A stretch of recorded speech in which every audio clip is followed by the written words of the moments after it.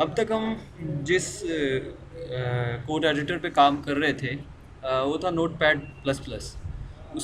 आपको रिकमेंड करने की वजह ये थी कि ज़्यादा से ज़्यादा कोड की प्रैक्टिस के लिए वो मैंने रिकमेंड किया था आपको। ठीक है, कि ज़्यादा से ज़्यादा जो हम टैग्स लिखेंगे या फिर उनको आप खुद टाइप करें, ताकि वो आपको यानी उनको टाइप करना आपके लिए इजी हो, फ्लो में आ जाए। उसके बाद अब हम जॉब से यानी प्रोजेक्ट के लिए जिस टेक्स्ट एडिटर को यूज़ करेंगे ये है सबलाइम टेक्स्ट एडिटर। इसको इंस्टॉल करने के लिए आप यहाँ गूगल में सबलाइम लिखेंगे तो भी ये आ जाएगा। ठीक है,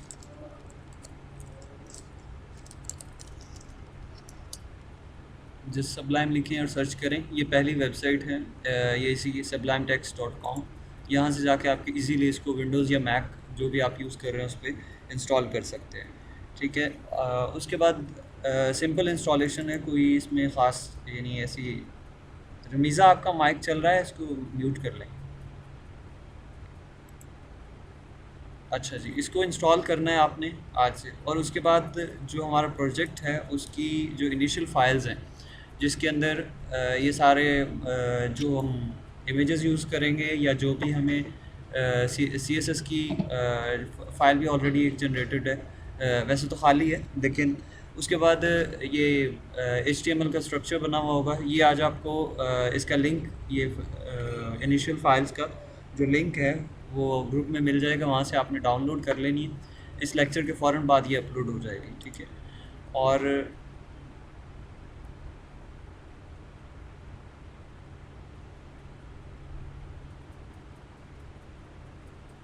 सबलाइम टेक्स्ट एडिटर। ठीक है, ये इसकी वेबसाइट है, मैं इसका लिंक इधर यहाँ भी पोस्ट कर देता हूँ, यहाँ से आप इसको इजीली डाउनलोड कर सकते हैं।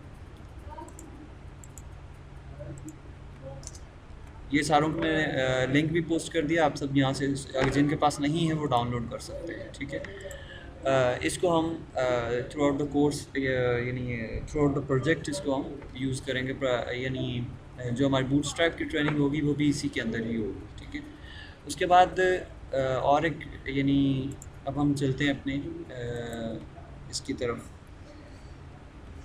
प्रोजेक्ट की तरफ, यानी ये जो स्टार्ट करने जा रहे हैं। ये सारा बेसिक स्ट्रक्चर है जो हमने स्टार्ट के लेक्चर्स में पढ़ा था, वही इसमें बना हुआ है। इसमें ये पहला जो करैक्टर, ये जो मेटा टैग लगा हुआ है, जैसे मैंने आपको बताया था कि UTF-8 मतलब इसका मतलब ये है कि हम HTML5 यूज़ करेंगे। तो HTML5 का जो करैक्टर सेट होता है वो UTF-8 होता है, तो इसको यहाँ भी डिक्लेयर करेंगे। उसके बाद इसको मैं अभी एक्सप्लेन करता हूँ, उससे पहले हम इसकी तरफ आते हैं। ये जिस टाइटल टैग है, इसमें वेबसाइट का टाइटल दिया हुआ है। ये हमने एक स्टाइल शीट को लिंक किया हुआ है, यानी CSS की फ़ाइल को। उसके बाद ये भी CSS की फ़ाइल्स हैं, और ये उसके बाद हमने फेव आइकॉन, ये आई थिंक अब्दुल वहाब तो आज की क्लास में नहीं है, उनको लास्ट टाइम मैंने क्वेश्चन पूछा था, उनको मैंने एक क्वेश्चन पूछा था, तो उनके पास यानी इसमें उनको प्रॉब्लम आ रही थी। तो ये इस तरीके से हम जो ये मैंने जो टैग लगाया हुआ है लिंक का, ये हम पढ़ भी चुके हैं, लेकिन दोबारा आपके पास ये कोड मिल जाएगा, तो इससे आप इसकी रिवीजन हो जाएगी। तो ये जो टैग लगाया है, इसके ज़रिए से फेव आइकॉन लगा हुआ है। ठीक है, यानी हम इंसर्ट कर सकते हैं अपनी यानी वेब पेज के अंदर। तो वेब पेज को ये मैं जो HTML डॉक्यूमेंट है मैं इसको ओपन कर लेता हूँ। ये आप देख रहे हैं, ये इमेज, ये पिक्सल परफेक्ट इंस्टीट्यूट का जो लोगो है उसको मैंने फेव आइकॉन के तौर पर यूज़ किया है। तो इसको इसको किस टैग के ज़रिए हमने यूज़ किया, वो मैंने यहाँ पे ये आपको जो भी मैंने शो किया था, ये वाला जो टैग है लिंक टैग, इसके थ्रू हमने वो लगाया। उसके बाद ये अब जो चीज़ है, ये एक नई चीज़ है जो आपको समझने के लिए ये मैंने यहाँ पे ऑलरेडी लिख ली है, ताकि आपको एक्सप्लेन करूँ। आपने मेटा टैग पढ़ चुके हैं आप। मेटा टैग जो है उसमें दो एट्रीब्यूट्स हम यूज़ करते हैं, एक नेम का होता है, एक कंटेंट का होता है। नेम, जो भी चीज़ हम यूज़ करने जा रहे हों, जो भी चीज़ हम मतलब ब्राउज़र को बताने जा रहे हों, उसका नेम के एट्रीब्यूट में लिखते हैं। ठीक है, और उसके बाद कंटेंट के एट्रीब्यूट में वो सब कुछ लिखा जाता है जो उस एलिमेंट की वैल्यू हो या उसको हमने देना हो। जैसे अगर हमने देखा कि अगर कीवर्ड्स हमने अपनी वेब पेज के रेलेवेंट जो कीवर्ड्स होते हैं वो बताने हो उसको ब्राउज़र को, तो हम क्या करते हैं, हम मेटा टैग यूज़ करते हैं। मैं यहाँ पे आपको वो भी बता देता हूँ किस तरह हम करते हैं। मेटा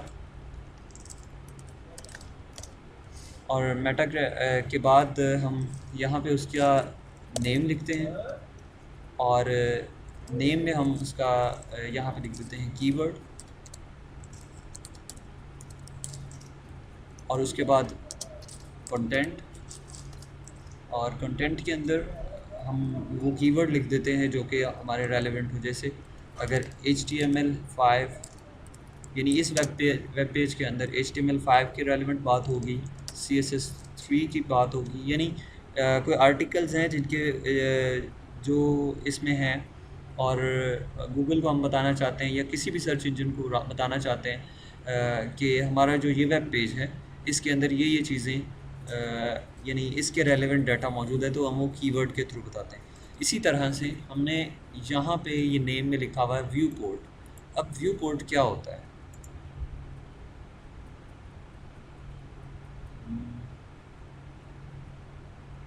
हबीबुर रहमान अभी चलेंगे, वो आ गए क्लास में, ठीक है। अच्छा जी, ये व्यू पोर्ट क्या होता है, इसको समझने के लिए मैं एक वेब पेज ओपन करता हूँ, ठीक है। फ़र्ज़ करें ये हमने एक वेबसाइट ओपन की हुई है, इसी को ही यहाँ पे हम एग्जांपल के तौर पर ले लेते हैं। ये वेबसाइट का जो एरिया आपको नज़र आ रहा है, ठीक है, यूज़र जो एरिया नज़र देख रहा होता है, या दूसरे लफ्ज़ों में आप कहें कि वेबसाइट का जो फ्रंट एंड होता है, ठीक है, जिसको बनाना आप सीख रहे हैं, ठीक है, ये front end actually responsive web design की ज़ुबान में इसको हम व्यू पोर्ट कहते हैं, ठीक है। अब व्यू पोर्ट इसका डिस्प्ले का दूसरा नाम आप कह सकते हैं, फ्रंट एंड का दूसरा नाम भी इसको कहा जा सकता है कि फ्रंट एंड ना कहें, या वेबसाइट का विजिबल एरिया जो है उसको आप व्यू पोर्ट कहते हैं, ठीक है। और ये व्यू पोर्ट किस लिए लगाया जाता है? ये व्यू पोर्ट हम सिर्फ उस वेबसाइट में लगाते हैं जिसको हम रिस्पॉन्सिव डिज़ाइन बनाना चाहते हैं। और रिस्पॉन्सिव को मैं बड़ी काफ़ी डिटेल में हम पहले डिस्कस कर चुके हैं। रिस्पॉन्सिव ऐसी वेबसाइट होती है जो कि मोबाइल पे भी ओपन हो सके और बगैर आप उसको जूम इन जूम आउट किए बगैर आप उसको ओपन कर सकें। अब मैं आपको एक वेबसाइट की एग्जांपल यहाँ पे देता हूँ।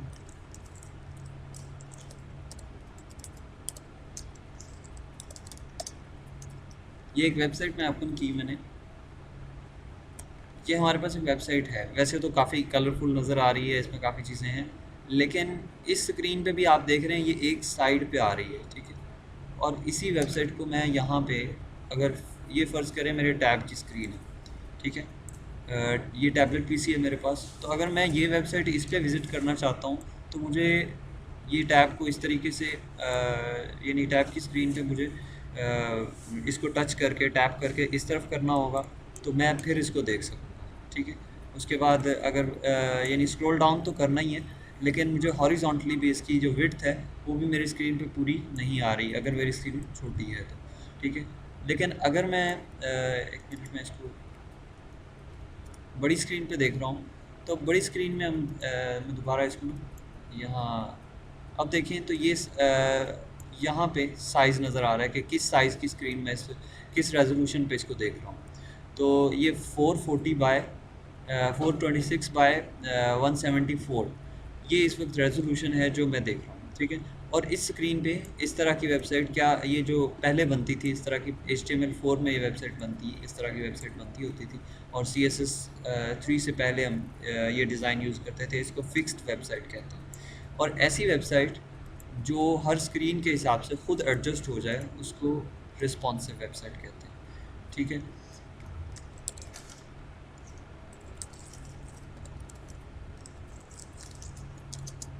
ये एक और वेबसाइट मैं ओपन करता हूँ।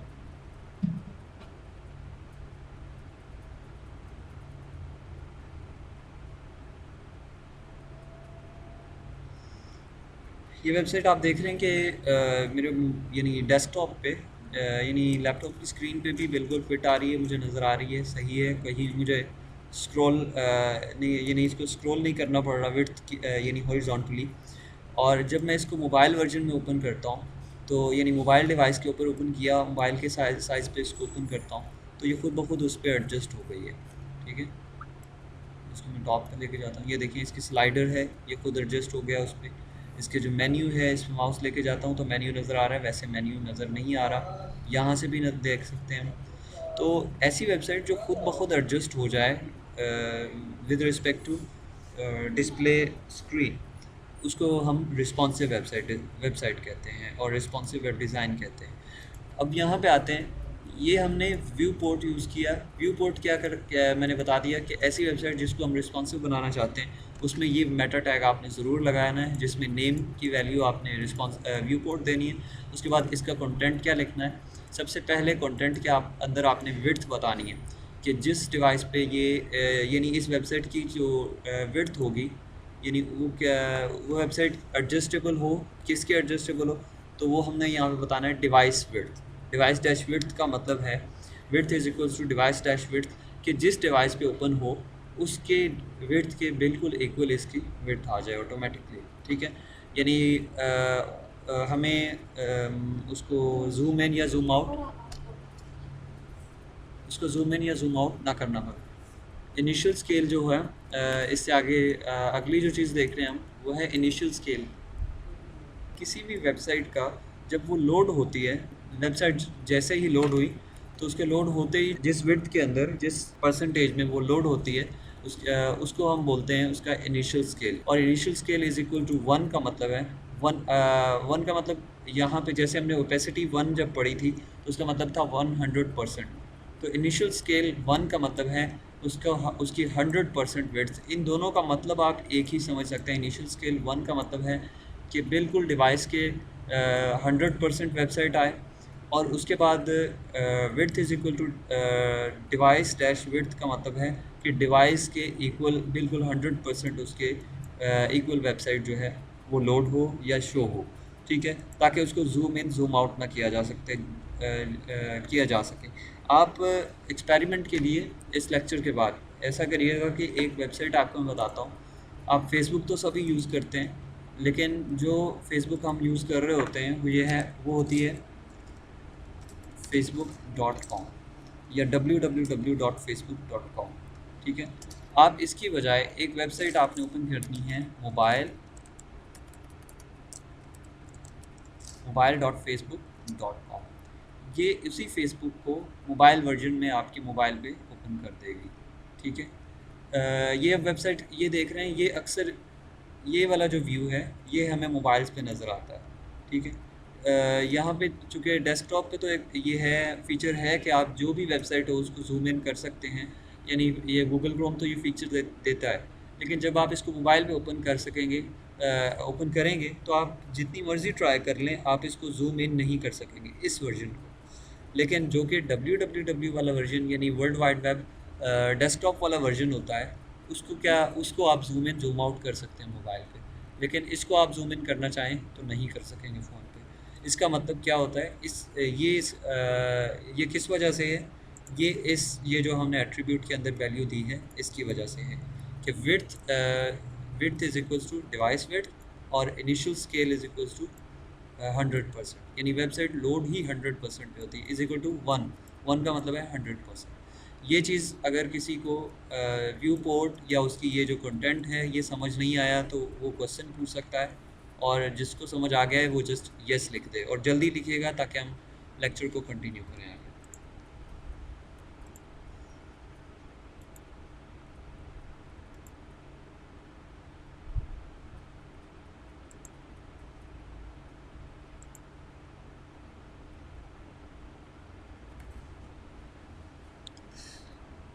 सभी लोग लिखें, अगर जिनको समझ आ गई है वो यस लिख दें, जिनको समझ नहीं आई है वो नो लिख दें और मैं उनसे क्वेश्चन पूछूं।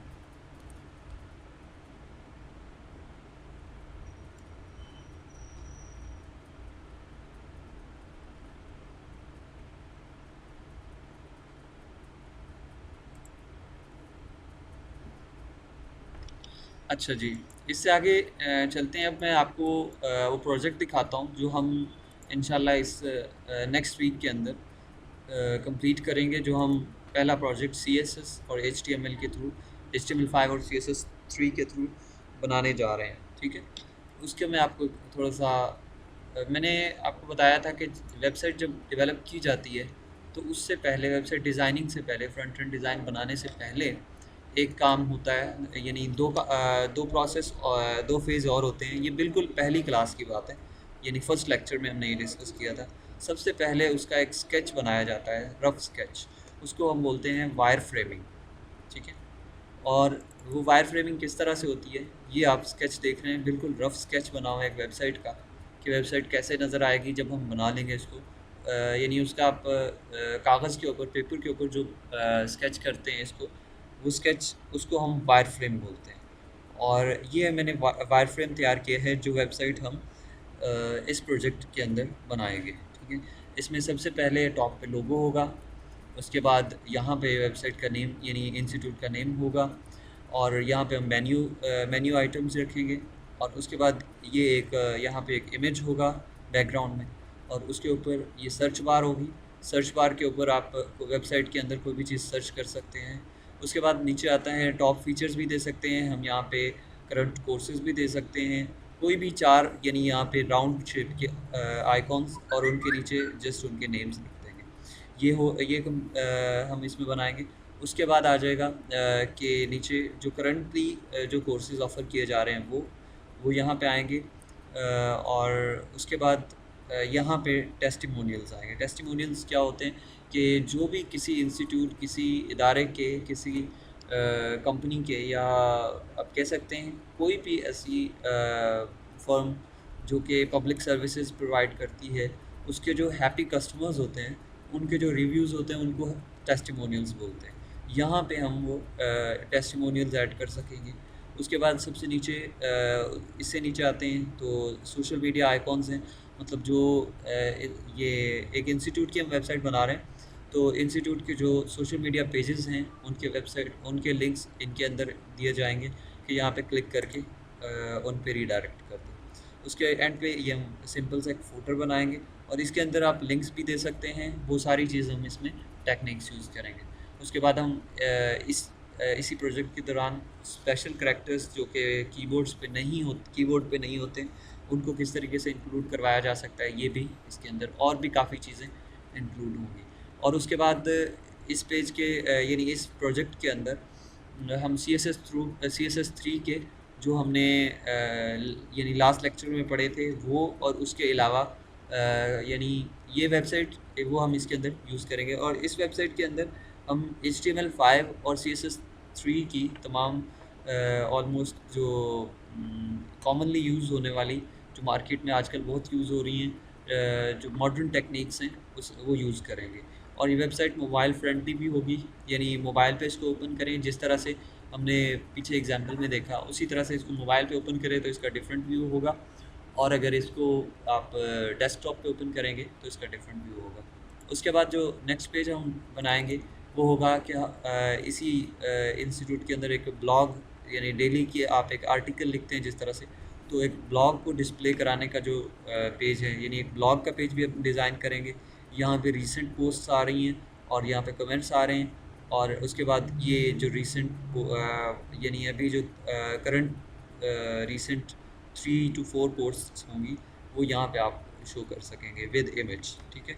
और यहाँ पे अभी फीचर्ड पोस्ट वो यहाँ पे आ जाएगी। फीचर्ड पोस्ट वो होती है जो अभी लास्ट पोस्ट, यानी हमने पोस्ट की है, जो आर्टिकल पोस्ट किया है, उसको फीचर्ड पोस्ट बोलते हैं। उसके बाद हम इसके अंदर एक ये जस्ट एक एग्जांपल के तौर पे है, लेकिन हम एक कंप्लीट फंक्शनैलिटी वाला कॉन्टैक्ट फॉर्म वो इसमें डेवलप करेंगे।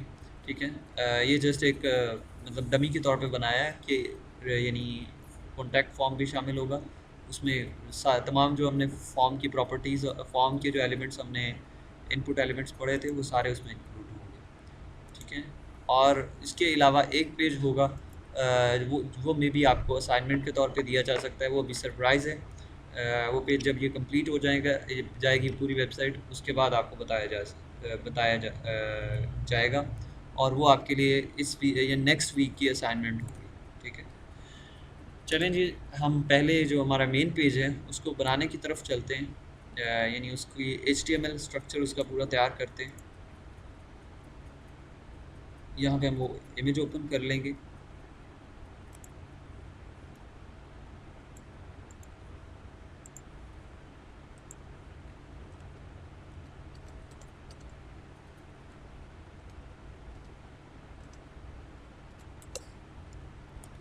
ये मेन पेज है। इसके ऊपर जब हम देखते हैं सबसे ऊपर, तो ये फूटर है, सॉरी हेडर है। हेडर के अंदर हेडर एरिया जस्ट इस वेबसाइट का इतना है। इसके अंदर एक लोगो है, एक यहाँ पे ये H1 का टैग हमने लगा के नेम लिखना है, और उसके बाद मेन्यूज़ यानी नेविगेशन मेन्यू है। ठीक है, पहले हम ये बनाते हैं। तो जैसा कि मैंने बताया था आपको कि हेडर को बनाने के लिए हम हेडर सेक्शन को यानी बनाने के लिए हम क्या करते हैं, हम हेडर का टैग यूज़ करते हैं। इनको एक स्टेप आगे कर लेते हैं।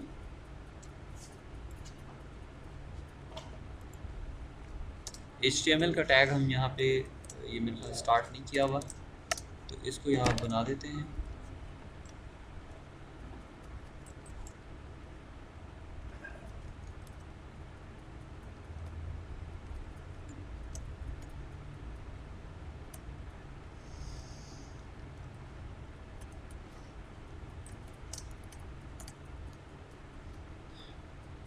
HTML से के अंदर जितने भी चाइल्ड टैग्स हैं इनको हम एक स्टेप आगे कर देंगे। ठीक है, अब हम बॉडी टैग के अंदर आते हैं, और बॉडी टैग के अंदर हम जो पहला सेक्शन बनाने जा रहे हैं वो है हेडर सेक्शन। तो हेडर सेक्शन बनाएंगे यहाँ पे। बीच में जहाँ पे किसी को समझ ना आए फौरी तौर पे आपने मैसेज करना है, और जो फ़ौरन आपने क्वेश्चन पूछना है। अगर उसी टाइम नहीं पूछेंगे तो बाद में अगर क्वेश्चन पूछेंगे तो प्रॉब्लम हो जाएगी। ठीक है, यानी फ़्लो के अंदर वो समझाना इजी होता है, बाद में उसकी वो सेंस बाद में जाके समझ नहीं आएगी। ठीक है, कोई क्वेश्चन हो तो फ़ौरन पूछना है। ठीक है, हेडर सेक्शन, और हेडर सेक्शन के बाद आते हैं इसके अंदर सबसे पहली चीज़ जो है वो है लोगो। और लोगो जस्ट एक एंकर टैग होगा। ठीक है, एंकर टैग के अंदर हम इमेज नहीं लगाएंगे। इमेज जो लोगो का इमेज है वो बैकग्राउंड के अंदर लगाएंगे। ये आई थिंक किसी का म्यूट माइक जो है वो अनम्यूट है। हबीबुर रहमान, आपका माइक जो है वो अनम्यूट है, इसको म्यूट कर लें।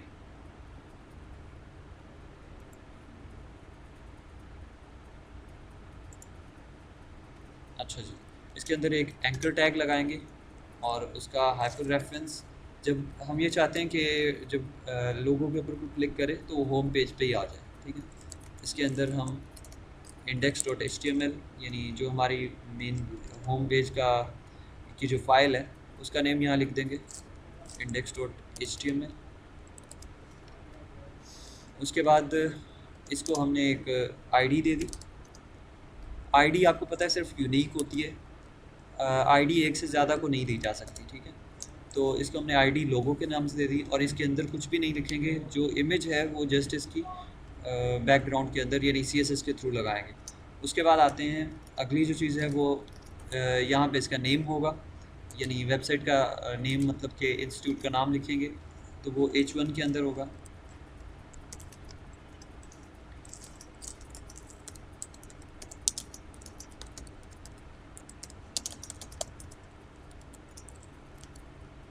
Excel perfect institute. और उसके बाद थर्ड चीज़ आ जाती है हमारे पास ये नेविगेशन मेन्यू। तो नेविगेशन बनाने के लिए हम एक टैग यूज़ करते हैं नैव का। ठीक है, नैव का टैग, और उसके अंदर जो ये लिस्ट है एक लिस्ट की फॉर्म में चूँकि होता है, तो हम इसके लिए अनऑर्डर्ड लिस्ट बनाएंगे। ठीक है, UL, और UL के अंदर जितनी भी अनऑर्डर्ड लिस्ट हैं इन्होंने जो यानी कि लिंक्स तो होने ही हैं, इनके ऊपर लिंक ज़रूर लगाना है। अगर लिंक किसी मेन्यू पे नहीं लगाएंगे तो उसका कोई उस मेन्यू को बनाने का कुछ फ़ायदा नहीं है। तो हम यहाँ पे एंकर टैग पहले लगाएंगे। एंकर टैग के अंदर हम पहला जो मेन्यू होगा वो हमारा होगा इसका होम का। तो एंकर टैग के अंदर हम index.html का दे देते हैं पाथ index.html, और इसके अंदर हम li लगा देंगे। किसी को अगर ये टेक्निक समझ नहीं आई है कि मैंने li क्यों लगाया है, li a के अंदर क्यों लगाया है, तो वो फ़ौरन पूछ सकता है।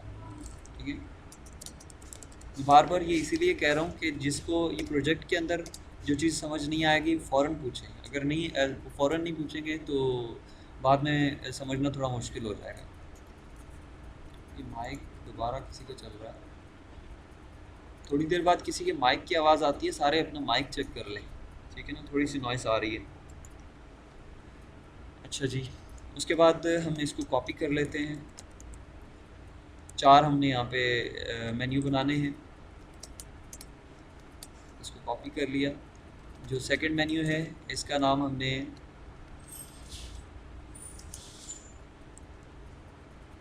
रख दिया ब्लॉग।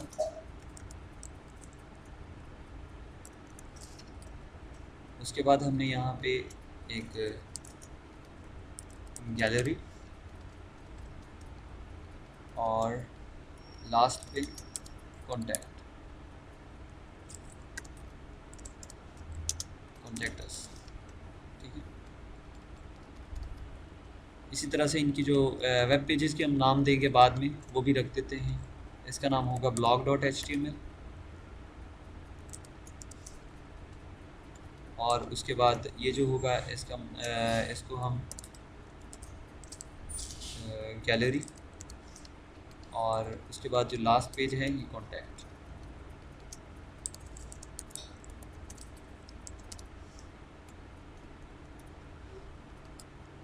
ये हमने बना लिया। अच्छा, इसके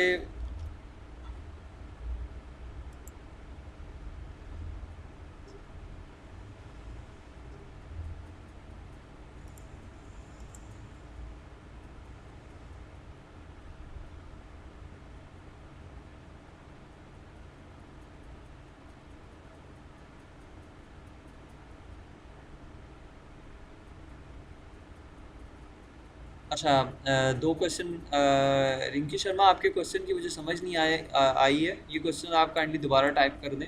और उबैदुर रहमान हबीबुर रहमान पूछ रहे हैं कि एल आई टैग की बजाय नेम जो है वो भी तो लिखा जा सकता है। एल आई टैग हमने इसलिए लगाया है कि एल आई टैग को यू एल के अंदर लगाना ज़रूरी होता है, ठीक है। एल आई टैग जो है वो चाइल्ड टैग है यू एल का। जस्ट आप नेम लिख के और उसको ए के अंदर कर दें तो वो भी हो जाएगा, लेकिन वो एक प्रॉपर तरीका नहीं है कि एक मेन्यू को बनाने का, ठीक है। मेन्यू को लिस्ट की फॉर्म में ही बनाया जाता है और लिस्ट की फॉर्म बनाने के लिए उसको यूएल के अंदर लिखना ज़रूरी है, ठीक है। लेकिन अगर आप उस तरीके से कन्वीनियंट समझते हैं तो उस तरह से भी कर सकते हैं, लेकिन वो काफ़ी सिंपल तरीका है और यानी कहीं यूज़ नहीं होता, ठीक है ना। ये बेस्ट प्रैक्टिस है और इसके ज़रिए से यूएल को ये मतलब नेविगेशन बार को या नेविगेशन मेन्यू को मैनेज करना काफ़ी इजी होता है, ठीक है ना, लिस्ट की फॉर्म में अगर उसको बनाया जाए तो, ठीक है। क्लियर हो गया आपको हबीबुर रहमान? और रिंकी, आपका क्वेश्चन दोबारा टाइप करें। आपने पूछा है हाँ जी क्यों लगाया, किसके बारे में पूछ रही हैं, किस क्वेश्चन के बारे में? तो यानी किस टैग के बारे में पूछ रही हैं? दोबारा पूछें, मुझे समझ नहीं आ रही। अच्छा जी, उसके बाद ये हमने बना लिया नेविगेशन। नेविगेशन के बाद आते हैं ये हमारा हेडर सेक्शन कंप्लीट हो गया। उसके बाद यहाँ पे मैं एक कमेंट लगा दूँगा। कमेंट आपको पता है किस वजह से होता है कमेंट, ये लगाते हैं कि ताकि बाद में हमें पता चल जाए कि कोई सेक्शन कहाँ पे ख़त्म हो रहा है। तो यहाँ पे मैं लिख दूँगा हेडर सेक्शन एंड्स।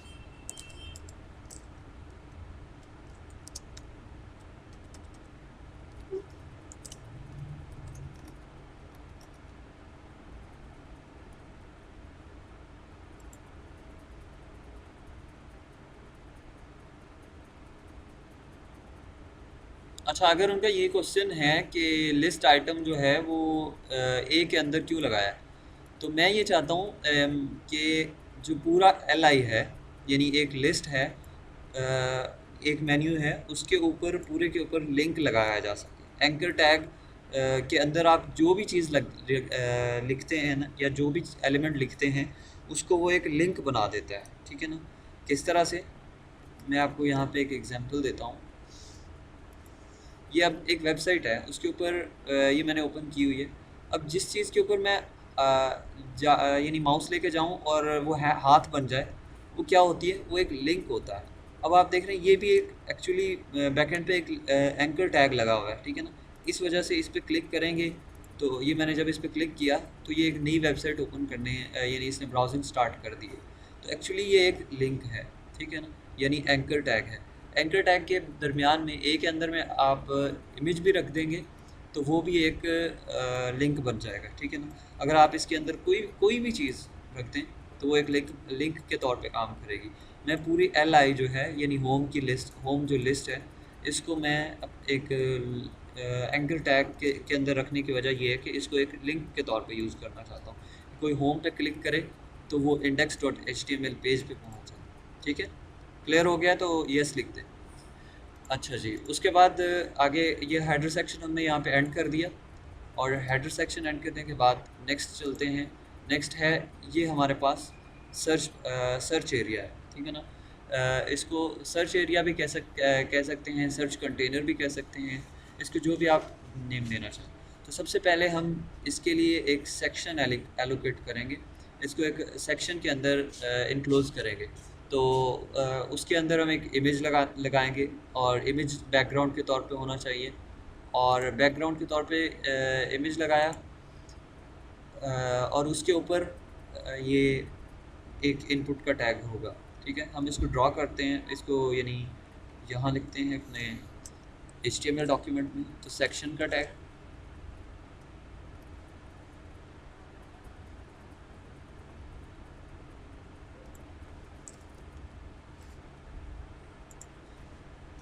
यहाँ पे मैंने सेक्शन का टैग लगाया, और सेक्शन का टैग जो है इसको मैंने एक क्लास दे दी, और क्लास मैंने इसको दे दी सर्च एरिया।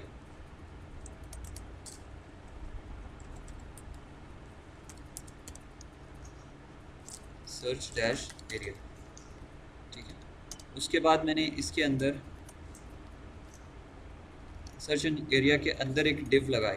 अच्छा, जो मेन एलिमेंट्स हैं, ठीक है, एक मिनट मैं इसके बाद, ये मेन एलिमेंट्स जितने भी हैं उनके दरमियान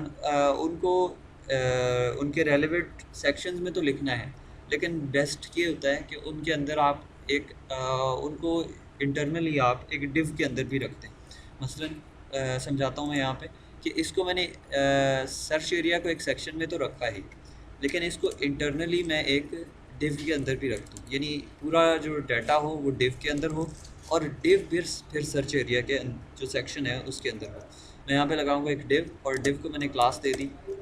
डिव के अंदर मैं जस्ट बैकग्राउंड देने के लिए ये डिव लगा रहा हूँ।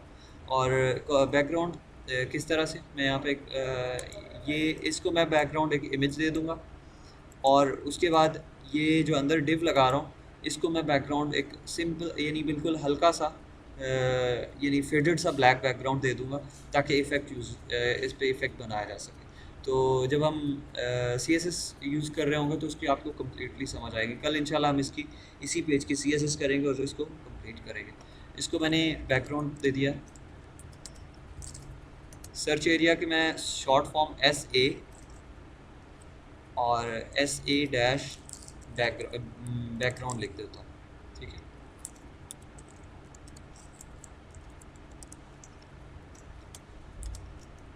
SA बैकग्राउंड, और उसके अंदर देखते हैं तो एक हमने इनपुट का टैग लगाया है, ठीक है। एक इनपुट का टैग ये है, और ये एक बटन है, ठीक है। उसके बाद यहाँ पे आते हैं, अब एक इनपुट का टैग लगाएंगे हम, इनपुट, और उसकी टाइप मैंने टेक्स्ट दे दी, ये टेक्स्ट इसकी टाइप दे दी, और इसका मैंने नेम सर्च रख दिया।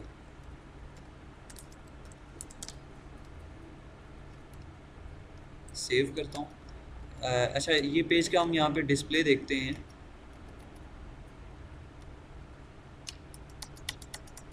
ये पेज है, इसका हम डिस्प्ले यहाँ देखते हैं। तो हमने अभी तक जो बनाया है उसमें क्या किया कि सबसे पहले लोगो बनाया था, और लोगो की उसने जगह छोड़ दी है, लेकिन लोगो का इमेज यहाँ नहीं लगाया, ठीक है ना। क्योंकि हमने उसका बैकग्राउंड अभी नहीं दिया, हम डायरेक्ट इमेज नहीं लगा रहे, बैकग्राउंड के तौर पे देंगे। उसके बाद आते हैं, ये हमने नेम लिखा, उसके बाद हमने एक लिस्ट दी, इसने जस्ट वैसे ही नीचे देता आ रहा है प्रॉब्लम, उसको हम लिस्ट को वैसे ही दे दिया है। इसके CSS के थ्रू ये डॉट्स रिमूव करेंगे, और इसके सारी मैंने जो उसको अरेंज करेंगे वो CSS के थ्रू होगा। उसके बाद हमने उससे नीचे ये जो सेक्शन के अंदर एक इनपुट की यानी फील्ड बना दी है। और इसके अंदर मैं अगर हम इमेज को देखें तो यहाँ पे एक प्लेस होल्डर लगा हुआ है सर्च के नाम से, ठीक है, सर्च लिखा हुआ है इसमें। तो सेम ये ऐसा ही प्लेस होल्डर मैं इसमें बनाता हूँ। यहाँ अपने कोड एडिटर में आते हैं और इसके अंदर मैं प्लेस होल्डर का एट्रीब्यूट लगाऊंगा और उसके अंदर मैं सर्च लिख देता हूँ, कुछ आगे डॉट्स डाल दूंगा। इसको सेव करके मैं जब यहाँ पे इसका डिस्प्ले देखता हूँ तो ये आप देख रहे हैं प्लेस होल्डर आ गया है। इसमें अब जब मैं कोई चीज़ टाइप करूँगा तो वो प्लेस होल्डर यानी हाइड हो जाएगा और उसकी जगह ले लेगा जो मैंने टेक्स्ट लिखा है, ठीक है। उसके बाद आते हैं, ये हमने ये लगा लिया। उसके बाद एक और हम यहाँ पे टैग यूज़ करेंगे बटन का, ठीक है। ये बटन का टैग है और बटन के टैग के अंदर हमने एक आइकॉन हमें चाहिए। इस इमेज के अंदर मैंने एक आइकॉन यूज़ किया हुआ है, ये देख रहे हैं आप, सर्च का आइकॉन है। तो या तो ये आपके पास इमेज होना चाहिए, पीएनजी इमेज आपके पास पड़ा हो, उसको आप जस्ट उसके अंदर आईएमजी के को कॉल करवा लें तो भी हो सकता है, या आप इस बटन का बैकग्राउंड दे दें तो भी हो सकता है। लेकिन मैं एक आपको ऐसी टेक्निक बताने जा रहा हूँ जिसमें आपको काफ़ी ज़्यादा इमेजेस या काफ़ी ज़्यादा जो आइकॉन्स हैं वो ऑनलाइन बने बनाए मिल जाएंगे, यानी बने हुए मिल जाएंगे। उनको जस्ट आपको अपने इंक्लूड करना है वेबसाइट के अंदर और इंक्लूड करने के बाद आप उसको यूज़ कर लेंगे, ठीक है। उसको कहते हैं फ़ॉन्ट ऑसम, ठीक है, फ़ॉन्ट ऑसम आइकॉन्स। मैं यहाँ जाता हूँ, ये मैंने वेबसाइट ऑलरेडी खोली हुई है फ़ॉन्ट ऑसम की। तो फ़ॉन्ट ऑसम की वेबसाइट ये है fontawesome.io। इस वेबसाइट को जब आप सर्च करेंगे तो यहाँ पे ये डाउनलोड बटन आ रहा है। इस फ़ॉन्ट ऑसम में की एक्चुअली फंक्शनैलिटी ये है कि यहाँ पे काफ़ी बड़ी तादाद में बटन्स मौजूद, यानी सॉरी आइकॉन्स मौजूद हैं ऑलरेडी। ये सारे बने आइकॉन्स आप देख रहे हैं, ये आइकॉन्स इस पे बने हुए हैं। जस्ट आपने इनको यानी एक दफ़ा आपने डाउनलोड करके अपने वेब पेज के अंदर इसकी फ़ाइल्स को इंक्लूड कर लिया, ठीक है। मैंने ऑलरेडी की हुई है, मैं आपको दिखा देता हूँ। ये अपनी ये इनिशियल फ़ाइल जब आपको आज मिलेंगी तो उसके अंदर ये ऑलरेडी इंक्लूडेड है। एक इसकी फ़ाइल ये फ़ॉन्ट्स के नाम से, ये फ़ॉन्ट्स ये कुछ फ़ाइल्स इसकी यहाँ पे फ़ॉन्ट्स के फ़ोल्डर में पड़ी हुई हैं, ठीक है। और कुछ इसकी फ़ाइल्स ये आप देख रहे हैं, यानी एक फ़ाइल इसके CSS की जो है वो यहाँ CSS के फ़ोल्डर में पड़ी होती है। ये दो फ़ोल्डर्स जो हैं ये होते हैं इसके अंदर। ये आपका जो पैकेज आप डाउनलोड करते हैं फ़ॉन्ट ऑसम का, इसके अंदर ये दो फ़ोल्डर होते हैं और इन दो फ़ोल्डर्स को आप जब इंक्लूड करेंगे सेम उसी आपने जगह पे प्लेस करना है जहाँ पे आपकी index.html की फ़ाइल पड़ी हुई है, ठीक है। जब आप इस अरेंजमेंट को देखेंगे कि जिस तरह से मैंने इसको प्लेस किया हुआ है, इसको जस्ट आपने एक दफ़ा गौर से देखेंगे तो आपको समझ आ जाएगी कि किस तरह से करें। इसको जस्ट आपने डाउनलोड करना है, आप खुद अपने तौर पे भी इसको कर सकते हैं। यहाँ पे क्लिक करें, बहुत छोटी सी फ़ाइल होती है इसकी, इसको ये देख रहे हैं आप 654 KB की ये फ़ाइल है। इसको आप इंस्टॉल करें, ज़िप फ़ाइल है। इसको एक्सट्रैक्ट आप कर लेंगे, ये इसके अंदर होगे। ये जस्ट आपने पहले जो दो फ़ोल्डर हैं यानी CSS और फ़ॉन्ट्स का, इनको आपने यहाँ से एक्सट्रैक्ट करके अपनी जो फ़ोल्डर है उसके अंदर यानी प्लेस कर लेना है। यहाँ पे पेस्ट कर देंगे तो ये और उसके बाद आपने एक लाइन जो हमने टॉप पे देखी थी, ये हमने एक फ़ाइल भी इंक्लूड करवाई हुई है, स्टाइल शीट देख रहे हैं आप, CSS, ये इसका पाथ दिया हुआ है CSS/font-awesome.minified/.minified.css, ठीक है।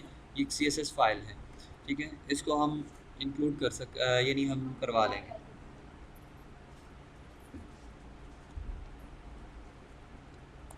ये ऑलरेडी मैंने इंक्लूड करवा दी। अब यहाँ पे आप देखेंगे कि ये बटन मैंने लगाया, बटन के टैग के अंदर मैं चाहता हूँ कि मैं वो सर्च का आइकॉन जो है वो दूँ, लेकिन मुझे कोई फ़ाइल इंक्लूड ना करानी पड़े। तो मैं यहाँ जाऊँगा fontawesome.io/icons। यहाँ पे जाके मैं इधर सर्च बार है, ये इस आइकॉन सर्च के अंदर यहाँ पे लिखूँगा सर्च, तो मुझे ये सर्च का आइकॉन ढूंढ के दे दे। ये आप देख रहे हैं, ये आइकॉन सर्च का है, ठीक है। तो मुझे जस्ट करना ये है कि इसके ऊपर यहाँ पे जाना है, इस पर क्लिक करेंगे हम, जो आइकॉन मैं यूज़ करना चाह रहा हूँ तो उसके पेज को ओपन कर देगा, ठीक है। यहाँ पे जाके ये बता रहा है कि किस तरीके से आपने इसको इंक्लूड करना है, यानी आपने इसको किस तरह से यूज़ कर सकते हैं। आपने एक आई का, यानी जो इटैलिक के लिए यूज़ करते हैं टैग, वो आपने यूज़ करना है, आई का टैग यूज़ करना है, उसको क्लास आपने देनी है FA, और दूसरी क्लास आपने स्पेस देंगे तो दूसरी क्लास आपने देनी है FA-सर्च। उसके बाद ये आपने उसको दूसरा एट्रीब्यूट देना है, ठीक है। और उसके आपने ट्रू लिख देना है। उसके बाद इसमें कोई चीज़ नहीं लिखनी, जस्ट ये एम्प्टी टैग आपने इंक्लूड करना है। इसको कॉपी कर लूँगा और जहाँ पे मैं इसको यूज़ करना चाहता हूँ वहाँ पेस्ट कर दूँगा। इसको मैंने पेस्ट किया, इसको यानी बटन के अंदर मैं बटन के ऊपर एज आइकॉन, या बटन के ऊपर जो टेक्स्ट होता है उसकी जगह पे मैं ये आइकॉन यूज़ करना चाहता हूँ, तो उसको मैंने यहाँ इसके बीच में प्लेस कर दिया है और यहाँ दरमियान में प्लेस किया। और अब मैं अपनी फ़ाइल में आता हूँ, यहाँ पे जाके जब रिफ़्रेश करूँगा तो एक बटन आ गया और बटन के ऊपर ये आप देख सकते हैं सर्च का आइकॉन आ गया। इसकी जो स्टाइलिंग है वो हम CSS के थ्रू करेंगे, ठीक है। किसी को इसमें कोई चीज़ समझ ना आई हो, कोई प्रॉब्लम हो तो आप पूछ सकते हैं।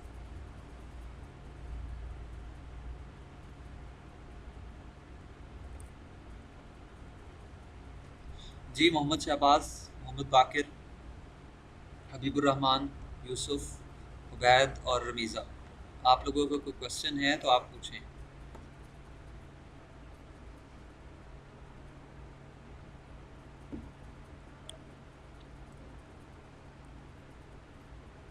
क्लास में होने का सबूत देते रहा करें, पता चले कि क्लास जो है ना वो बैठे हैं सारे, ठीक है। क्लियर है तो क्लियर है लिखिए, कोई क्वेश्चन है तो क्वेश्चन लिखें।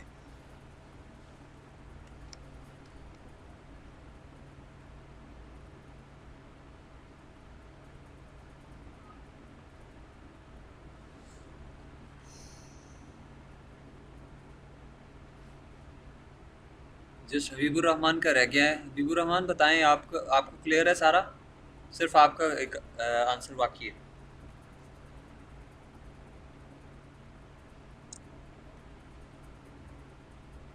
चलिए ठीक हो गया, जो उनको भी क्लियर है। ये एक नई चीज़ थी, नई टेक्निक थी, तो मैंने कहा ये स्टेप बाय स्टेप ये साथ साथ चीज़ें क्लियर होनी चाहिए, तो यहाँ पे हमने थोड़ा सा स्टे किया। अच्छा जी, उसके बाद आते हैं। अच्छा, ये आपने इस बात को लेके परेशान नहीं होना कि ये यहाँ पे उधर तो हम किए जा रहे हैं, यहाँ नज़र तो कुछ नहीं आ रहा। नज़र इस वजह से नहीं आ रहा क्योंकि हम मोस्टली सेक्शनिंग एलिमेंट्स और इस तरह की चीज़ें लगा रहे हैं, जस्ट सेक्शनिंग कर रहे हैं वेब पेज की, ठीक है। जस्ट हम इनको ये सेक्शंस बना रहे हैं, ठीक है ना। इसकी पूरी स्टाइलिंग जो है वो हमें CSS के थ्रू नज़र आएगी जब हम CSS इस पर अप्लाई करेंगे तो, ठीक है। अभी हम जस्ट एक स्केलेटन बना रहे हैं पूरे वेब पेज का, ठीक है। फिर हम इस स्केलेटन में जान तब डालेंगे जब CSS हम इस पे अप्लाई करेंगे, ठीक है ना, तब ये पूरी अपनी फॉर्म में नज़र आएगी। उसके बाद आते हैं हम इससे फर्दर, इससे आगे ये हमने ये चीज़ बना ली।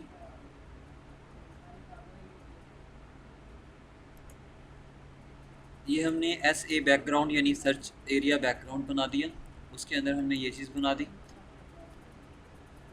उसके आगे चलते हैं कि यहाँ पे हम लिखेंगे एक और कमेंट लगा देंगे। मैं इसको यहाँ से कॉपी करके इधर पेस्ट कर लेता हूँ। यहाँ पे मैंने लिख लिया सर्च एरिया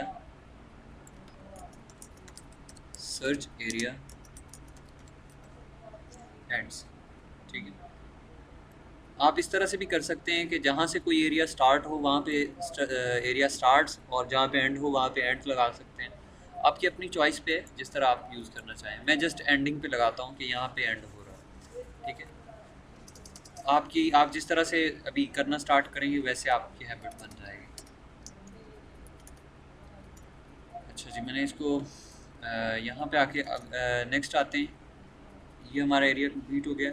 अब यहाँ पे आप देखिए तो ये मैंने एक H2 लगाया हुआ है। H2 लगाएंगे यहाँ पे एक, जिसमें टॉप फीचर्स भी लिख सकते हैं। कोई भी चीज़ जिनके आइकॉन्स आप इंक्लूड कराना चाहें वो यहाँ पे करवा सकते हैं, ठीक है। यहाँ पे मैंने टॉप फीचर्स लिख दिए और उसके बाद एक मैंने सेक्शन ये बनाया। ये पहला सेक्शन है, ये दूसरा सेक्शन, तीसरा, चौथा, और ये 4 सेक्शंस हैं और उनके अंदर फ़ॉन्ट ऑसम के आइकॉन्स लगाएंगे हम, ठीक है। यहाँ पे आते हैं। सबसे पहले अब यहाँ पे मैंने एक हेडिंग लगानी है H2 और H2 के अंदर मैंने टॉप फीचर्स,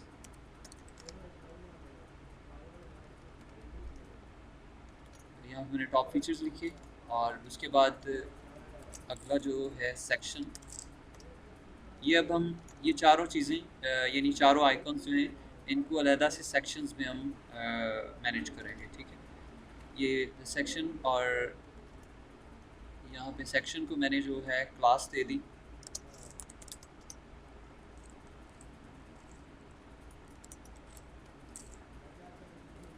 टॉप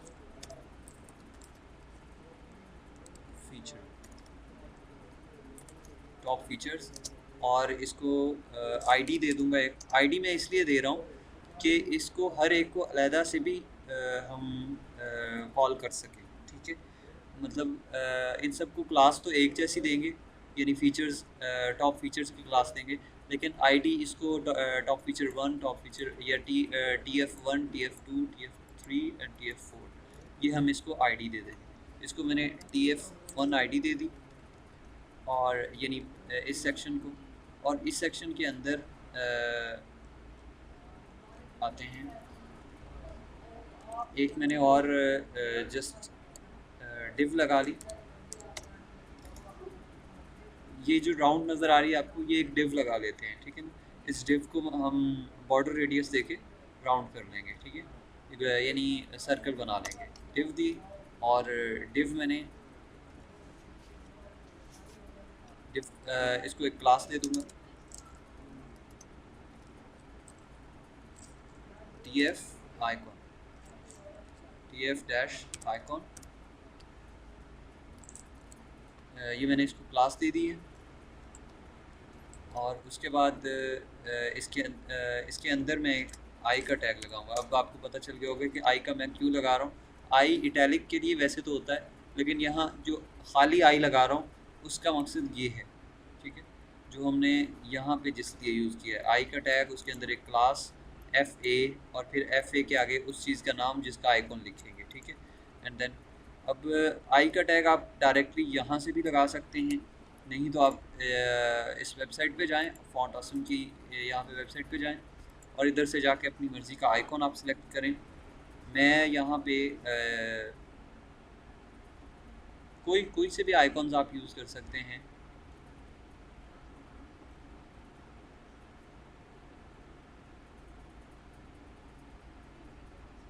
ये कोड फाइल का आइकॉन लगाना चाहता हूँ।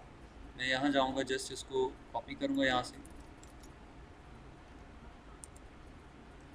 यहाँ पेस्ट कर दिया, सेव करूँगा और उसके बाद और भी मैं यहाँ से ये आइकॉन सेलेक्ट कर सकता हूँ। ये हमारे पास एक सेक्शन मुकम्मल हुआ जो हमने अच्छा ये एक मिनट, इसको यहाँ अपने इमेज के अंदर आते हैं। ये हमने आइकॉन लगा दिया है, यहाँ पे जस्ट एक आइकॉन लगाएंगे और उसके बाद उस आइकॉन के नीचे नेम भी लिख सकते हैं जो हम H3 के अंदर देंगे, ठीक है। यानी हेडिंग 3 मतलब साइज़ हेडिंग 2 से कम होगा उसका, ठीक है। तो एक हम H3 लगा देते हैं।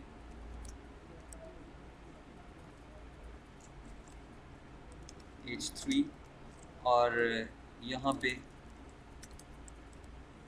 फीचर 1 लिख दिया, यानी फर्स्ट फीचर। कोई भी हो सकता है इंस्टीट्यूट, यानी जो भी इंसर्ट करना चाहे। जस्ट हम एक सिंपल वेबसाइट बना रहे, बाद में हम इसको ऐड भी कर सकते हैं अपनी तरफ से, ठीक है। यहाँ पे हमने फीचर 1 लिख दिया है और उसके बाद यहाँ पे आते हैं, मैं इस पूरे सेक्शन को कॉपी कर लेता हूँ और सेम इसी तरह से मैं इसके नीचे एक एंटर करके प्लेस कर लूँगा।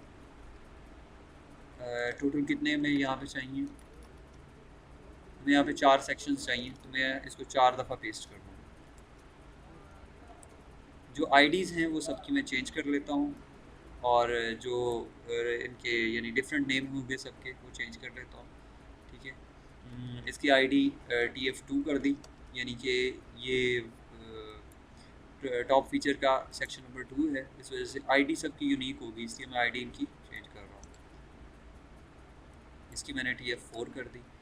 और अब सबके आइकॉन्स में अगर डिफरेंट देना चाहता हूँ तो मैं दोबारा इसी वेबसाइट पे आ जाऊँगा और एक मैंने आइकॉन ये ले लिया, एक आइकॉन ये ले लिया, एक आइकॉन ये ले लिया, मैंने 4 आइकॉन्स।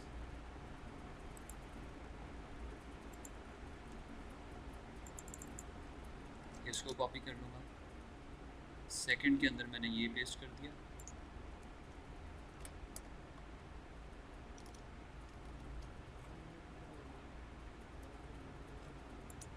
थर्ड के अंदर ये पेस्ट कर दिया है और फोर्थ के अंदर ये वाला पेस्ट कर दिया।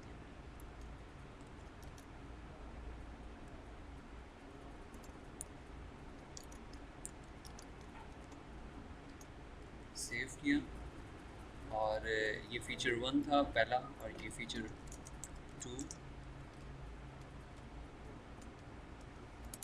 थर्ड को मैं फीचर 3 लिख देता हूँ,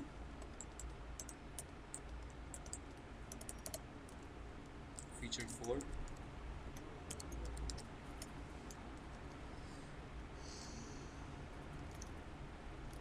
ये इसको मैंने इस तरह से कर लिया है। अब हमारे पास ये जो हमारा जो सेकंड, ये जो थर्ड हिस्सा है ये भी कंप्लीट हो चुका है। इसके बाद आते हैं हम ये हमारे कोर्सेज़ की तरफ। इनके सेक्शंस भी ये हम सेक्शन बनाएंगे और ये आउटलाइन देने की ज़रूरत नहीं है, देना चाहें तो दे सकते हैं। ये बात की बात है, हम जब इसको सीएसएस करेंगे तो तब भी इसको दे सकते हैं। फ़िलहाल स्ट्रक्चर चूँकि बना रहे हैं तो जस्ट एक सेक्शन, उसके अंदर एक इमेज और इसके नीचे पैराग्राफ, उसके बाद एक इसी तरह से ये तीनों बनेंगे। इस सेक्शन की तरफ आते हैं।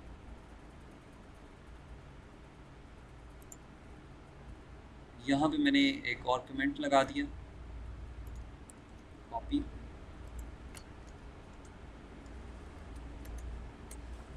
ये सेक्शन को एंड होने के बाद मैं ये कमेंट लगा देता हूँ। ये हमारा टॉप फीचर एरिया कंप्लीट हो गया। टॉप फीचर्स एरिया जो है कंप्लीट हो गया। उसके बाद एक टैब करके हम यहाँ पे अगले हिस्से की तरफ आएंगे। 3 सेक्शन चाहिए सबसे पहले, फिर एक सेक्शन लगाएंगे यहाँ पे और सेक्शन को हमने आईडी दे दी, सॉरी क्लास देंगे पहले, जो सबको सिमिलर होगी वो क्लास होती है, जो आईडी देनी हो, जो यूनिक देना हो वो आईडी होती है। ठीक है, तो क्लास हमने यहाँ पे दे दी कोर्सेज,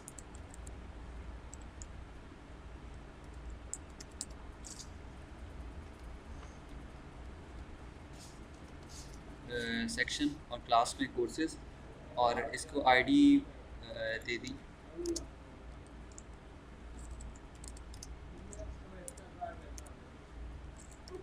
कोर्स 1। ये हमने इसको आईडी दे दी है चूँकि फर्स्ट है इसके। उसके अंदर आगे हम एक इमेज और फिर नीचे पैराग्राफ, इमेज और इमेज का सोर्स, यहाँ मैंने इमेज इनके नेम में चेंज कर लेता हूँ। ये मैंने 3 इमेजेस रखे हुए हैं, इनको हम बाद में चेंज भी कर सकते हैं, कोई इशू नहीं है। कोर्स 1, कोर्स 2,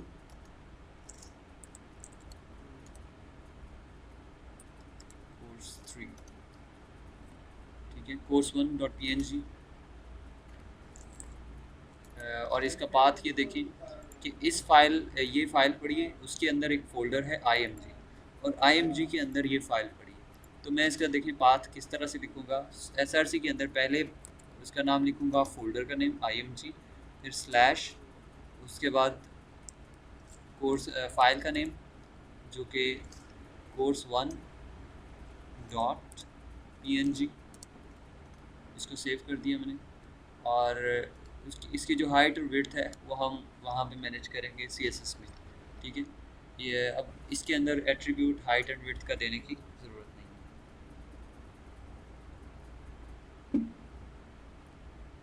उसके बाद आते हैं एक पैराग्राफ लिखेंगे, और पैराग्राफ में मैं कुछ सैम्पल टेक्स्ट जो है वो ऐड कर लेता हूँ।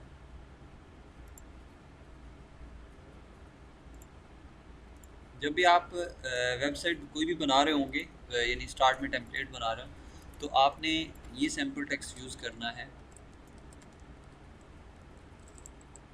यानी ये एक यानी वर्ल्ड वाइड सैम्पल टेक्स्ट के तौर पे यूज़ होता है लॉरिम इप्सम, और सैम्पल टेक्स्ट आप लिखते हैं।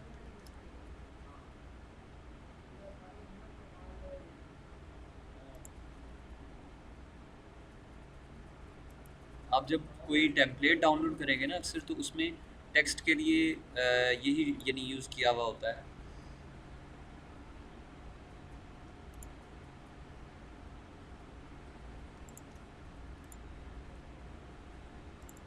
ये लॉरिम इप्सम टेक्स्ट है, इसको कॉपी कर लेते हैं यहाँ से। यहाँ इसके अंदर आऊँगा मैं, ये जो पैराग्राफ टैग है इसके अंदर मैंने इतना ज़्यादा तो नहीं है, मैं काफ़ी एक जस्ट एक लाइन के तौर पे लिखेंगे, उसके आगे हम रीड मोड लगा देंगे, ठीक है।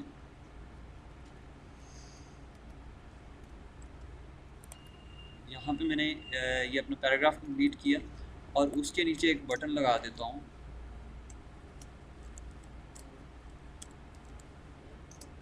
और बटन जो है वो रीड मोड का भी हो सकता है, या उस पर मैं कोई आइकॉन लगाना चाहूँ तो यहाँ फॉन्ट ऑसम में आऊँगा, यहाँ पे आके सर्च करके सर्च करूँगा मोर,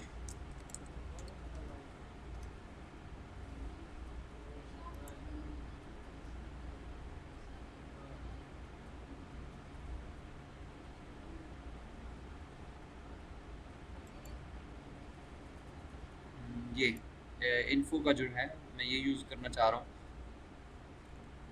मोर इन्फो के लिए, ये आइकॉन मैं यूज़ करना चाहता हूँ। तो मैं यहाँ पे बटन के दरमियान में ये लगा दूँगा, इसको सेव किया, और ये हमारा एक सेक्शन मुकम्मल हो जाएगा इस तरह से, ठीक है। कोर्स 1 जो है वो उसका सेक्शन मुकम्मल हो गया। इसको मैंने यहाँ से कॉपी कर लेना है, और 3 चूँकि सेक्शन हम बनाना चाहते हैं, तो यहाँ पे मैंने इसके 3 सेक्शंस को पेस्ट कर दिए, और उसी तरह से क्लासेस सेम रहने देंगे, आईडी सबकी चेंज कर देंगे, ये कोर्स 2, और इसी तरह से इसकी पीएनजी का नेम भी मैंने course2.png रखा हुआ है। और उसके बाद यहाँ पे आ जाते हैं, ये कोर्स 3 है तो इसका नाम भी कोर्स 3, और फाइल का नाम course3.png।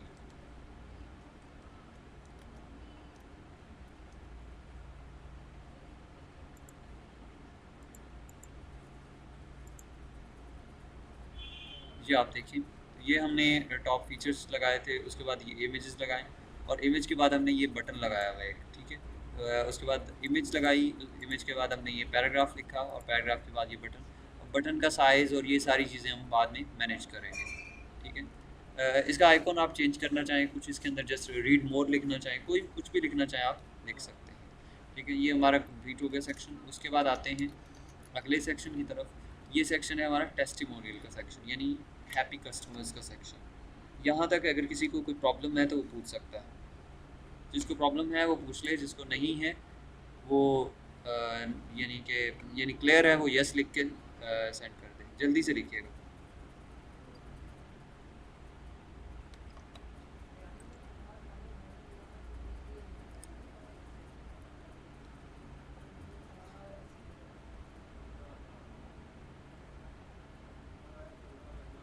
बाकी एक कौन बच गया है?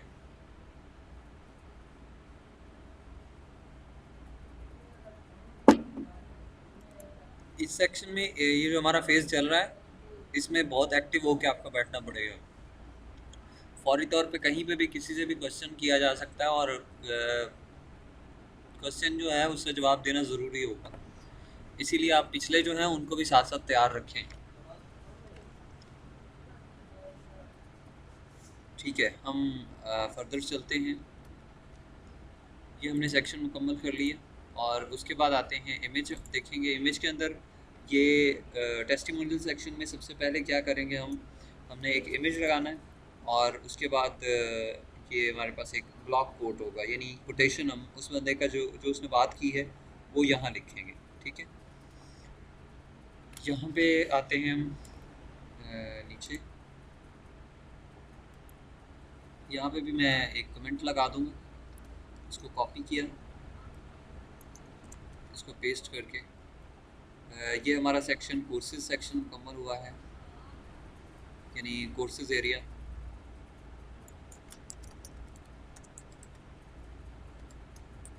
कोर्सेज एरिया कंप्लीट हो गया और उसके बाद यहाँ नीचे आ जाएंगे और इधर से हम की वाला स्टार्ट करने जा रहे हैं। तो इसमें सबसे पहले इमेज और इमेज के बाद ब्लॉक कोड, IMG, और IMG के बाद इसका हम सोर्स दे देंगे।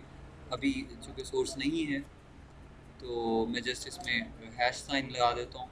सोर्स आप देना चाहें तो जो इमेज होगा उस यूज़र का या स्टूडेंट का जिसने कोर्स किया है यहाँ से, उसका जिसका रिव्यू लिखा जा रहा है उसकी यहाँ पे इमेज आएगी। ठीक है, IMG, और उसके बाद नीचे आ जाते हैं ब्लॉक कोड का। ब्लॉक कोड क्या होती है, किसी की कोटेशन लिखनी हो, यानी किसी की कही हुई बात जो होती है उसका रेफरेंस देना हो, वो बात लिखनी हो वेबसाइट के अंदर, तो उसको ब्लॉक कोड कहते हैं आर्टिकल के अंदर। तो इसके लिए जो है सैम्पल टेक्स्ट ही यूज़ करेंगे।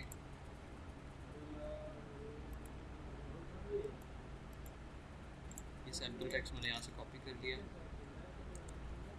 इसमें से हम थोड़ा सा यहाँ पे यूज़ करेंगे ये सेव, और इसको मैंने यहाँ पे इसका डिस्प्ले देखते हैं। ठीक है जी, ये हमारे पास यहाँ पे वो इमेज आएगा और नीचे ये उसका कोटेशन आएगी। इसकी जो यहाँ पे इन्वर्टेड कॉमास हैं वो वैसे आप लगाना चाहें तो यहाँ पे जस्ट एक इन्वर्टेड कॉमा इधर और एक एंड पे इस तरह से भी लगा सकते हैं, लेकिन ये ख़ुद से ब्लॉक कोड जो होता है इसको आप ये सेटिंग दे सकते हैं कि ये CSS के थ्रू, और जब बूटस्ट्रैप में कर रहे हो तो ब्लॉक कोड ऑटोमेटिकली अपनी सेटिंग के साथ होता है, तो आपको लगाने की ज़रूरत नहीं होती है।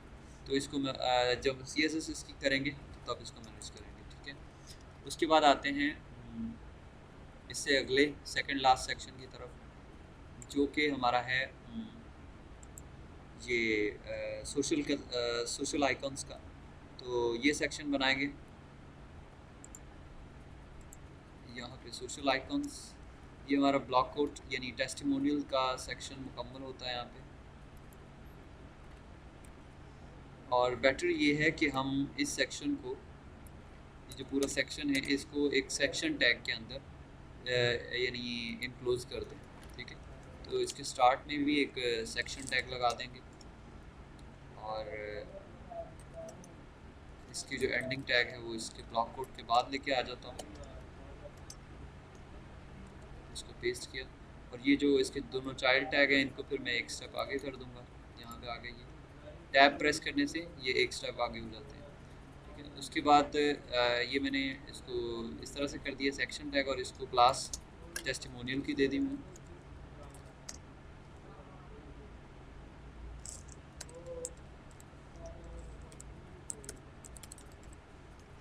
टेस्टिमोनियल्स की मैंने क्लास दे दी है इसको और सेव किया।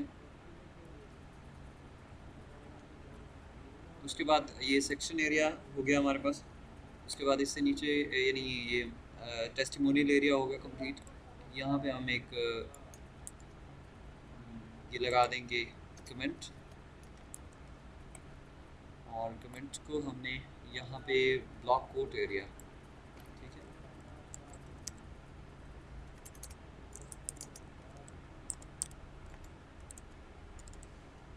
ये ब्लॉक कोड एरिया हमारा इधर कंप्लीट हो गया। उसके बाद आते हैं कि लास्ट एरिया जो सेकंड लास्ट रह गया है वो है इसको अपर फूटर भी बोल सकते हैं, फूटर ही दे दें, और लेकिन अपर दे दें। दो फूटर्स भी एक वेबसाइट के अंदर हो सकते हैं, तो इसको आप अपर फूटर भी दे सकते हैं। अगर आप इसको वैसे सेक्शन के अंदर मैनेज करना चाहें तो उस तरह से भी कर सकते हैं। तो इसको मैं यहाँ पे सेक्शन लिखूँगा, सेक्शन दे दिया, और उसको क्लास सोशल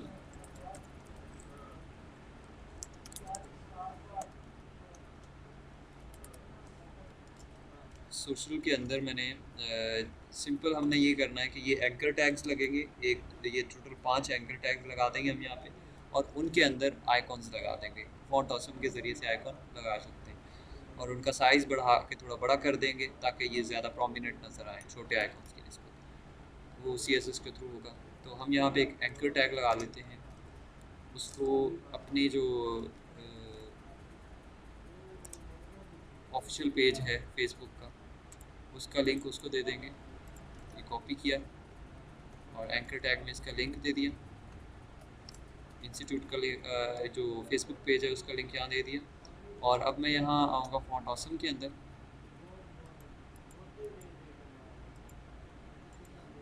इधर आके मैं सर्च करूँगा फेसबुक।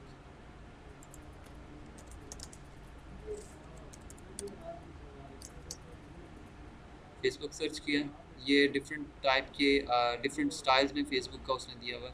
मैं सिंपल ये वाला यूज़ करना चाह रहा हूँ, इस पर क्लिक करूँगा और इसका ये जो आई टैग है उसको कॉपी करके इस एंकर टैग के अंदर लिख दूँगा, ठीक है। और इसी तरह से नीचे आ जाएंगे, फिर एक एंकर टैग, और उसके अंदर मैंने जो ट्विटर का एग्जांपल के तौर पे हम जस्ट https://www.twitter.com/ कुछ भी जो भी आगे पूरा एड्रेस दे देंगे। और उसके बाद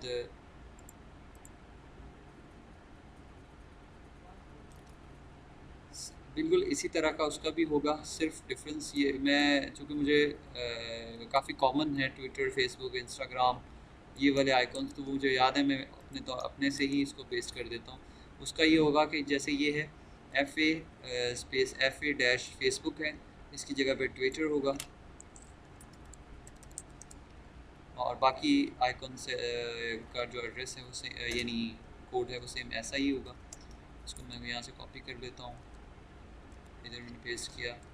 5 आइकॉन्स चाहिए तो मैं 5 दफ़ा इसको पेस्ट कर दिया, ठीक है। और इधर आएंगे,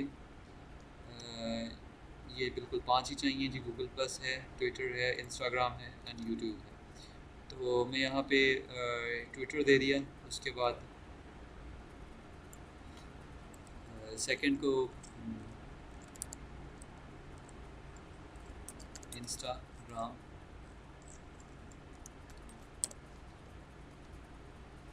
और इसका आइकन भी मैंने इंस्टाग्राम से चेंज कर दिया, इंस्टाग्राम।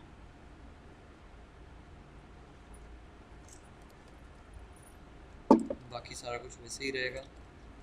उसके बाद यहाँ पे Google plus, Google dash plus, और इधर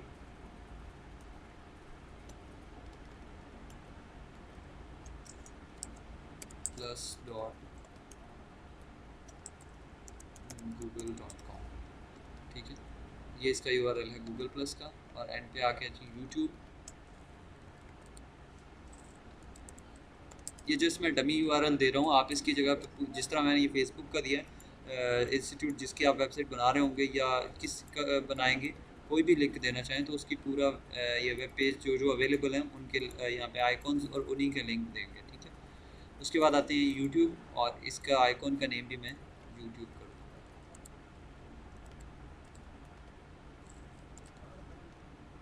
सेव किया, अब यहाँ पे आके इसका डिस्प्ले देखते हैं।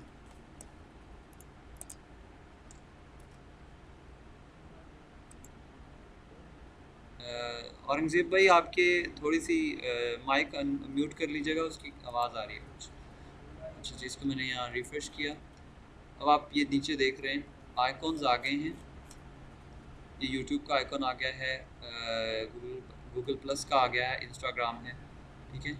और लिंक भी बन गए हैं। अब इनको कलर कैसे इनका मैच करना है और यानी मैनेज करना है, और ये सारा कुछ ये हम CSS में देखेंगे। उसके बाद लास्ट सेक्शन, ये जो फूटर है वो हमारा रह गया है। फूटर किस तरह से बनाएंगे उसको हम यहाँ पे देखते हैं। इधर हम आते हैं, यहाँ पे ये सेक्शन हमारा सोशल सेक्शन, सोशल आइकॉन्स का सेक्शन एरिया जो है वो कंप्लीट हुआ। तो हम यहाँ पे उसका भी एक कमेंट लगा देंगे। अच्छा, कमेंट लगाने ज़रूरी नहीं है कि अगर नहीं लगाएंगे तो उसका कोई नुकसान है, जो जस्ट अपने याद रखने के लिए लगा रहे हैं। और सोशल आइकॉन्स एरिया यहाँ पे एंड हो रहा। उसके बाद फूटर एरिया, यहाँ पे फूटर सेक्शन लगा देंगे और उसके लिए फूटर का टैग यूज़ होगा। और फूटर के टैग के अंदर हम एक पी टैग लगा देंगे। और पी टैग के अंदर आप यहाँ पे देख रहे हैं कि क्या है, एक कॉपीराइट का साइन है और फिर इंस्टीट्यूट का नेम है, पिक्सल परफेक्ट इंस्टीट्यूट। तो यहाँ पे मैं बिल्कुल ये जो, अगर आप अपने कीबोर्ड पे देखें तो कीबोर्ड पे कहीं भी आपको ये वाला साइन नज़र नहीं आता। तो फिर क्या करते हैं मोस्टली लोग, जाके इंटरनेट पे सर्च किया कॉपीराइट साइन, या फिर अगर ट्रेडमार्क लिखना है या इस तरह से, तो इंटरनेट से कॉपी किया, उसको लिखा। उसके बजाय HTML में उसके लिए यानी ये स्पेशल कैरेक्टर्स जो आपके अवेलेबल नहीं होते कीबोर्ड पे, उनको लिखने के लिए कोड देता है HTML। अब वो एम्पर्ड साइन से यूज़ शुरू होते हैं। अब एम्पर्ड साइन कौन सा होता है? एंड का साइन। ये साइन से वो स्टार्ट होते हैं और यूजुअली उस साइन का नेम का जो पहला वर्ड होता है यानी हिस्सा होता है वो लिखना होता है। जैसे कॉपीराइट है तो इसके लिए कॉपी लिखेंगे, COPY, और उसके बाद सेमीकोलन। ये लिखेंगे। ये वहाँ पे यानी डिस्प्ले क्या करेगा, इसके डिस्प्ले में आपको दिखाता हूँ। ये डिस्प्ले आपको कॉपीराइट का साइन का डिस्प्ले करेगा। ये आप देख रहे हैं, ये कॉपीराइट का साइन दिखा रहा है, ठीक है। ये साइन हमने एक लगाना है। उसके बाद हम इंस्टीट्यूट का नेम लिख देंगे।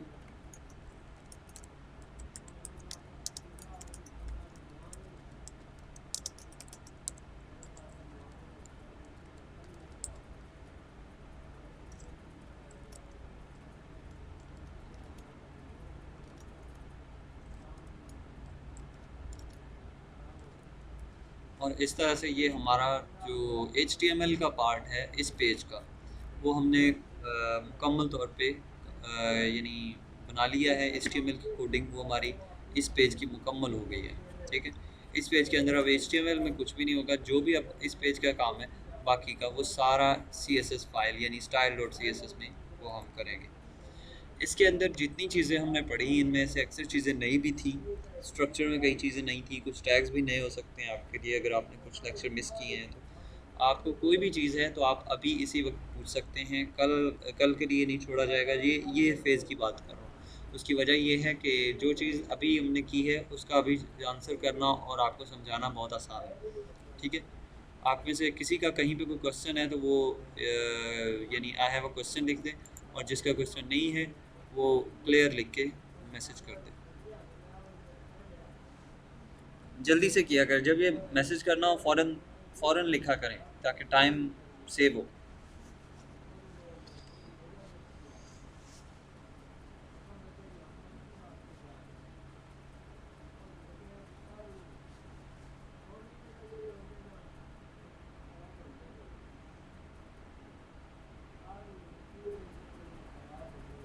चलें जी, ठीक है। मुबारक हो जनाब, आपने कामयाबी से आज अपना पहला